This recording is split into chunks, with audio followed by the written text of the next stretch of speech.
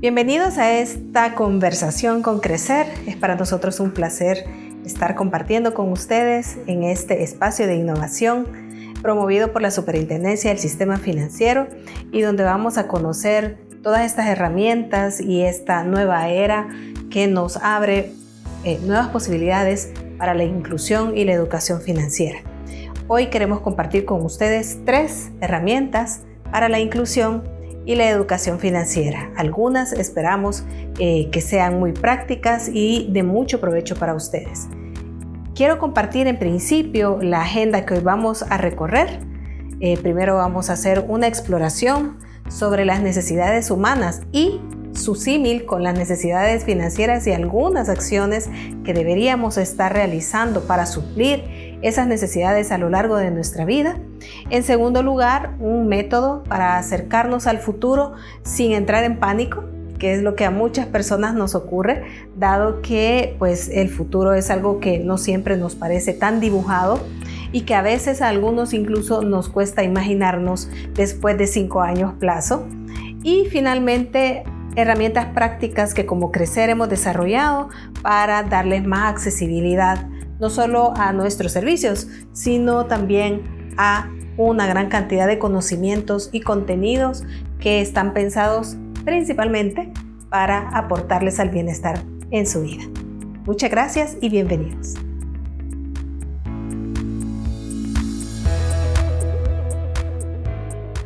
Lo primero que quiero conversar con ustedes es esta famosa pirámide de este señor Abraham Maslow. Seguramente muchos de ustedes lo habrán escuchado mencionar en algunos libros de texto o en lo que estudiaron en el colegio o en la universidad. Y es que Maslow diseñó una pirámide que dibujaba las distintas necesidades que una persona tiene y que va recorriendo a lo largo de la vida desde una situación en la que estamos atendiendo necesidades de subsistencia, de sobrevivencia, que es toda la parte baja de la pirámide, como podemos ver, necesidades fisiológicas, y así vamos avanzando hasta las necesidades de autorrealización. Ahí ustedes pueden ver en la gráfica cómo pasamos de las necesidades fisiológicas que incluyen respirar, cuidarnos de los riesgos, por supuesto, alimentarnos, descansar, que son acciones que nuestro cuerpo mismo necesita para sobrevivir, a otras necesidades que ya son las de seguridad, donde está la seguridad física, la seguridad del empleo, la seguridad de los recursos, esta sensación de seguridad familiar y moral.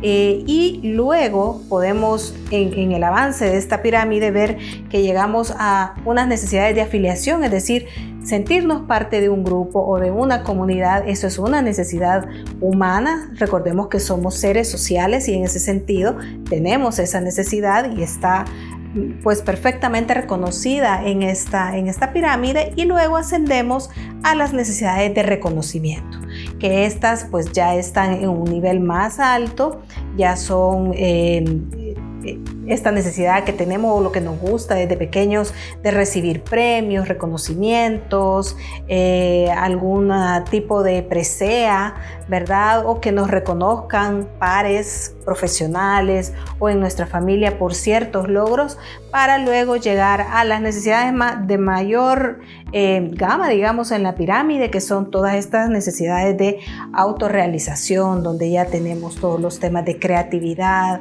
de éxito laboral, de éxito profesional, y esta es básicamente la pirámide de Maslow, que habla de las necesidades humanas desde las físicas hasta las de autorrealización.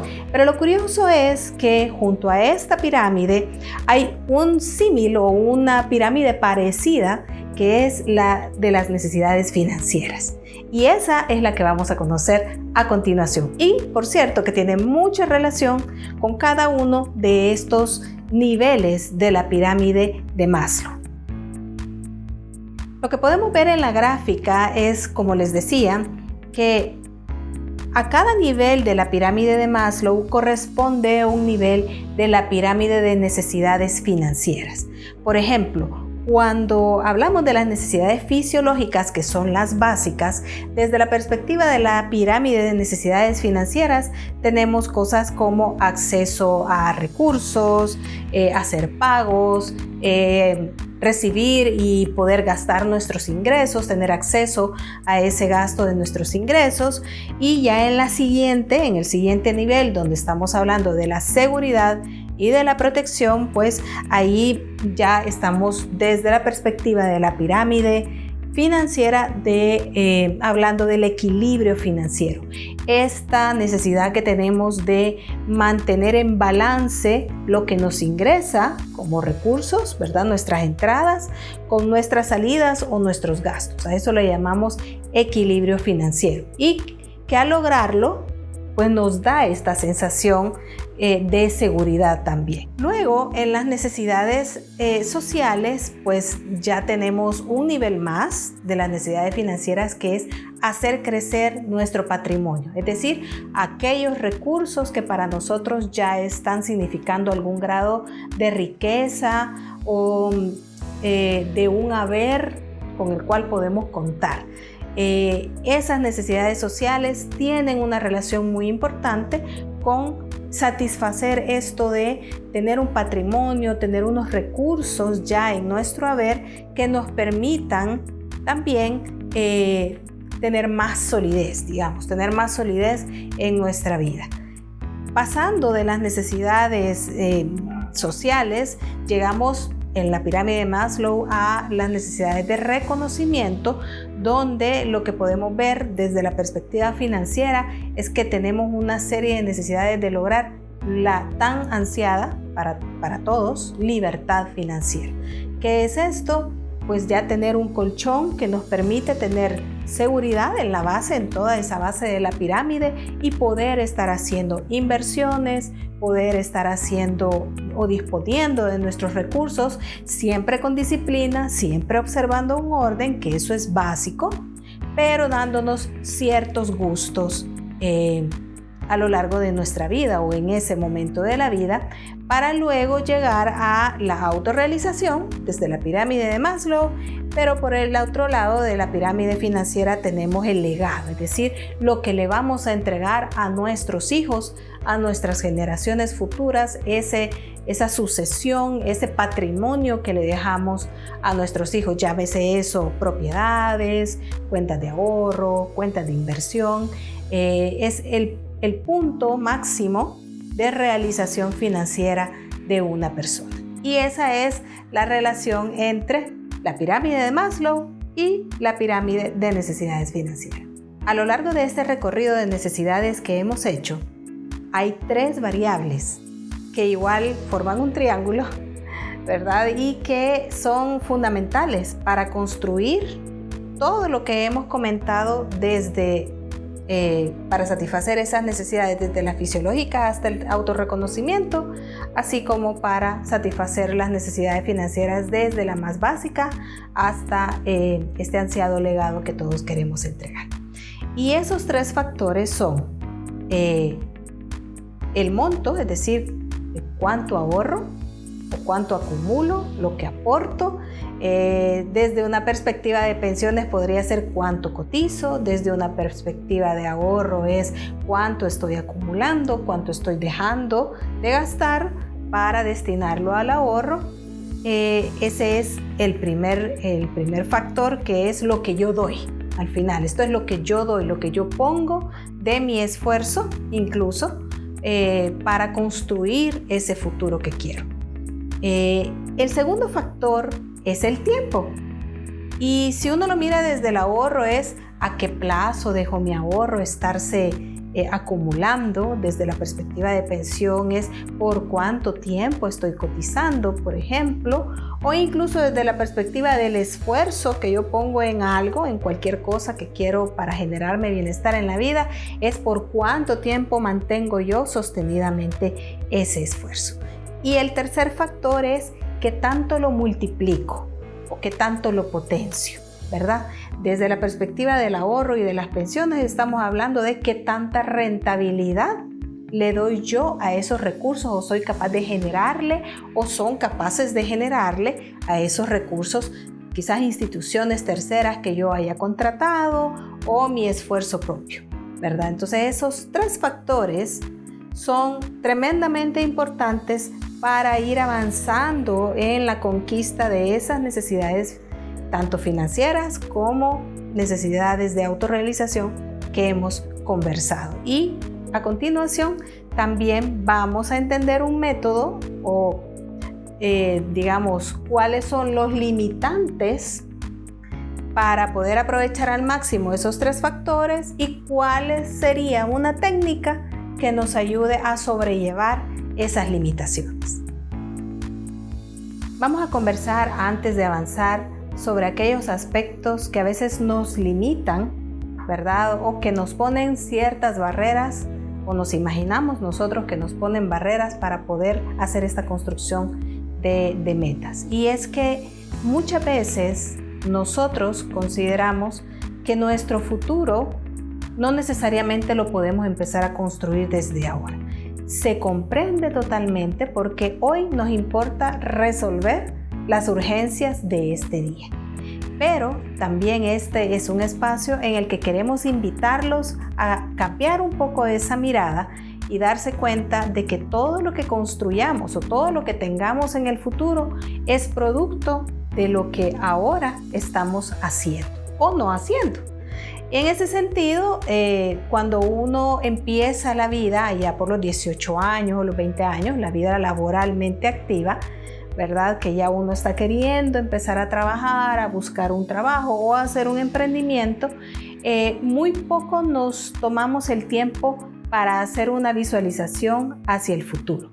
Hemos escuchado seguramente en innumerables charlas de que hay que pensar incluso en la jubilación, qué va a pasar cuando yo me jubile, pero lo natural es que a los 20 añitos un joven o una jovencita pues podría pensar de que eso está demasiado lejos porque ocurra, es decir, que le queda mucho tiempo para jubilar o que, por ejemplo, pues ni siquiera va a llegar a esa edad. Para muchos de nosotros puede ser que se nos ocurra que no vamos a llegar a esa edad o que nos falta mucho para llegar allá. Entonces, lo natural en el ser humano, y hay estudios científicos que lo acreditan, es que desconocemos nuestro yo del futuro.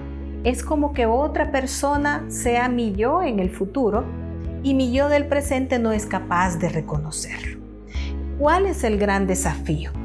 ¿Qué es lo que tradicionalmente nos pasa? Y sobre todo a los latinoamericanos, es que cuando llegamos a las edades mayores, empezamos a pensar, hubiera ahorrado más, hubiera tomado esta decisión financiera de una manera más tranquila y no tan abrupta, no hubiera adquirido estos créditos, ¿verdad? O hubiera ahorrado incluso adicionalmente para mi jubilación. Todos esos pensamientos, debo comentarles que son los que nos aquejan o los que vemos que en innumerables estudios aquejan a las generaciones que ya están más cerca de las edades de jubilación. Así es que este espacio es para darles alguna técnica que también nos ayude a combatir esta disociación o esta desconexión entre mi yo del presente y mi yo del futuro. Una de estas técnicas es planear la vida por décadas. A un chico o a una chica de 20 años le costará mucho imaginarse a los 55 o a los 60 años o incluso a los 40. Pero imaginarse de los 20 a los 30 años es más fácil y está más cerca de lograrse. Es una invitación a que piense qué cosas debería estar consiguiendo yo entre mis 20 y mis 30 años y planificar esa parte de la vida. Y como una lista, porque el tiempo es corto y queremos entregarle esta información a manera de una sugerencia nada más, podríamos decir que una persona que está en sus 20 años proyectándose a llegar a los 30 años, debería en principio estar buscando una manera de generarse un ingreso relativamente estable, ya sea en un trabajo formal o en un emprendimiento por cuenta propia, pero asegurarse un nivel de ingresos y mantener desde el inicio la disciplina financiera aplicando un presupuesto. El arma básica más poderosa para construir un buen futuro financiero. Tener un presupuesto todos los meses, monitorearlo y cumplirlo es uno de los grandes desafíos de la disciplina financiera para cualquier persona, pero también es una de las grandes victorias si logramos hacerlo a lo largo de toda nuestra vida. También es muy recomendable que los jóvenes, ni bien comienzan a trabajar o a generarse un ingreso, pues contraten un seguro de salud, bastante importante, porque si por ejemplo no trabajan en el sector formal, pues están desprotegidos en esta parte, así es que es bastante recomendable que puedan contar con un seguro que les cubra gastos importantes de salud. Un área muy importante también de la seguridad en nuestra pirámide de necesidades humanas. Y también en lo posible, y dado que jovencitos, la mayoría de personas no tienen responsabilidades de hijos o de pagos, digamos, grandes, en general, hay algunos casos particulares, por supuesto, puedes empezar a construir ahorro a distintos plazos. Un ahorro a corto plazo que me pueda resolver contingencias, pequeñas emergencias, un ahorro a mediano plazo que me permita ir construyendo algunas metas, por ejemplo, si quiero estudiar una segunda carrera o mi primera carrera universitaria o mi maestría, ¿verdad? O comprarme mi primer carro usado. Y ahorro de largo plazo, que ese tiene una mirada como una preparación hacia la jubilación. Ahora veamos qué deberíamos estar cuidando de los 30 a los 40 años. Número 1, nuestro fondo de emergencias fortalecido. Es decir, seguirle aportando y llenando ese fondo de emergencias. Segundo, empezar a buscar una inversión como una casa y dar un enganche, una prima para poder comprar esa casa con los ahorros de mediano plazo que hemos venido construyendo en la década pasada. Recuerdan que dijimos que íbamos a comenzar a construir esto. Y tercero, reducir al máximo nuestras deudas, con excepción obviamente de la hipoteca para nuestra casa. Si pensamos tener hijos, pensar también en empezar a ahorrar para la educación de nuestros hijos y finalmente mantener nuestro ahorro de largo plazo. Ese que estábamos pensando, ya sea para complementar nuestra pensión o para tener un fondo de pensión en el caso de que no coticemos en el sistema. Es muy importante no abandonar ese objetivo, porque cuando lleguemos a las edades de jubilación, es decir, a los 55, a los 60 o cuando estemos ya en edad adulta mayor, sí que lo vamos a necesitar. Y quizás como un bonus comenzar a invertir, empezar a buscar estos instrumentos que nos permitan generar más rentabilidad por el ahorro que estamos realizando. Conversemos un poco de lo que deberíamos estar haciendo de los 40 a los 50 años según los expertos. Número 1, tratar de incrementar nuestros ingresos. Siempre que sea desde una manera lícita, por supuesto, buscar trabajo como independiente o hacer algún trabajo freelance o por cuenta propia, ¿verdad? O buscar alguna promoción en nuestra empresa. Todos esos son recursos que podríamos estar analizando como una táctica para poder hacer ese incremento en nuestros ingresos. Otro de los aspectos que se señala es buscar abonar un poco más a la hipoteca de la casa, ¿verdad? Porque acordémonos que estamos ya acercándonos a una edad en la que posiblemente, y estamos hablando de las edades de jubilación, en esa edad posiblemente podríamos no tener los mismos ingresos que en nuestros 40 años si estamos percibiendo. Lo siguiente que recomiendan es planificar opciones de pagos para las universidades de nuestros hijos, si es que estamos pensando enviarlos a estudiar a la universidad. Es recomendable que busquemos alternativas para financiar y pagar ese gasto de las universidades de nuestros hijos, como digo, si es que estamos considerando que estudien en ese tipo de instituciones. También se recomienda incrementar el ahorro para la jubilación en lo posible, aunque sea por pocos, ¿verdad? Y por cantidades pequeñas, pero nunca dejar de estar aportando al objetivo de nuestra jubilación, ya sea como un complemento o como cotizaciones adicionales a la misma. Y por supuesto mantener, fortalecer y diversificar nuestras inversiones. Es decir, que todo el dinero que estamos o que hemos venido ahorrando y que ya lo hemos pasado a instrumentos de inversión, empecemos a buscar distintos instrumentos para poder aspirar a mayores retornos por un lado, pero también a reducir en lo posible el riesgo de depender de uno solo de esos instrumentos.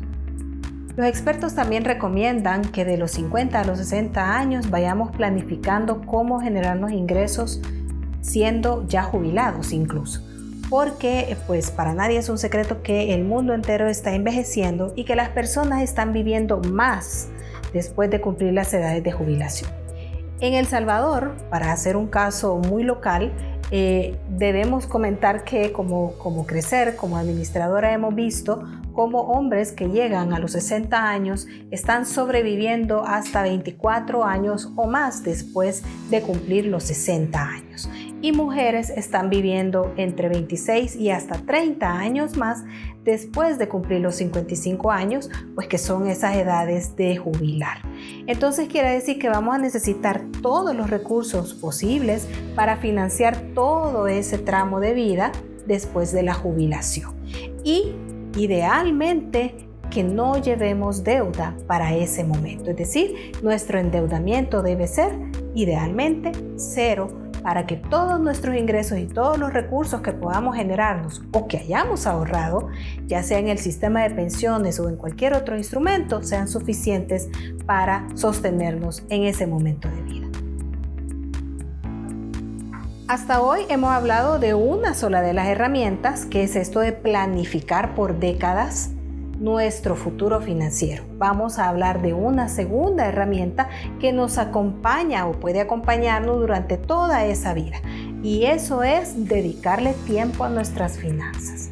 A lo largo de toda esta conversación, desde que hablamos de los 20 años hasta que hablamos de los 60 años, hemos mantenido como constante el hecho de mantener una disciplina financiera, llevar un presupuesto que nos permita planificar y saber en qué estamos usando nuestro dinero, y también ir eliminando la deuda. Todo eso implica dedicarle, aunque sean 5 minutos, a nuestras finanzas todos los días.